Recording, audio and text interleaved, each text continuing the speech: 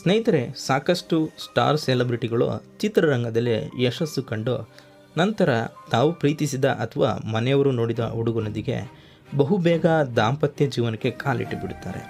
ಆದರೆ ಸಿನಿ ಕ್ಷೇತ್ರದಲ್ಲಿ ಕೆಲಸ ಮಾಡುತ್ತಿರುವವರ ವೈಯಕ್ತಿಕ ಬದುಕು ಒಂದಲ್ಲ ಒಂದು ಕಾರಣಕ್ಕೆ ಹಾಳಾದಂಥ ಸಾಕಷ್ಟು ಉದಾಹರಣೆಗಳು ನಮ್ಮ ಕಣ್ಣ ಮುಂದೆ ಇದ್ದಾವೆ.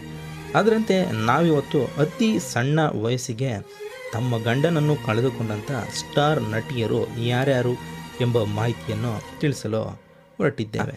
ಗೆಳೆಯರೇ, ಮೊದಲನೇದಾಗಿ ನೋಡೋದಾದರೆ, ಹೌದು, ಅರುಂಧತಿ ನಾಗ್ ಅವರು ತಮ್ಮ 34ನೇ ವರ್ಷಕ್ಕೆ ತಾವು ಪ್ರೀತಿಸಿ ಮದುವೆಯಾಗಿದ್ದಂತಹ ಶಂಕರ್ ನಾಗ್ ಅವರನ್ನು ವಾಹನ ಅಪಘಾತದಿಂದ ಕಳೆದುಕೊಳ್ಳುತ್ತಾರೆ.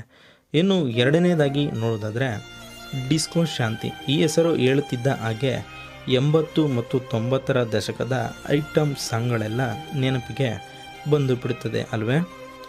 ಇಂಥ ಅದ್ಭುತ ನಟಿ ತಮಿಳಿನ ಖ್ಯಾತ ನಿರ್ದೇಶಕ ಶ್ರೀಹರಿ ಅವರನ್ನು ಪ್ರೀತಿಸಿ ಮದುವೆಯಾಗ್ತಾರೆ. ಆದರೆ ಈಕೆಗೆ 46 ವರ್ಷ ವಯಸ್ಸಿರಬೇಕಾದರೆ ಅನಾರೋಗ್ಯದ ಸಮಸ್ಯೆಯಿಂದಾಗಿ ಶ್ರೀಹರಿ ಇಹಲೋಕ ತ್ಯಜಿಸಿದರು.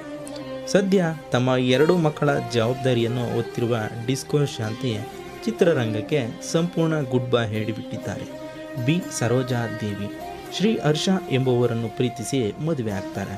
ಆದರೆ ಕೇವಲ 19 ವರ್ಷಕ್ಕೆ ಸಾಂಸಾರಿಕ ಜೀವನವನ್ನು ಅರ್ಧಕ್ಕೆ ನಿಲ್ಲಿಸಿ ಶ್ರೀ ಹರ್ಷ ಅಕಾಲಿಕ ಮರಣ ಹೊಂದುತ್ತಾರೆ.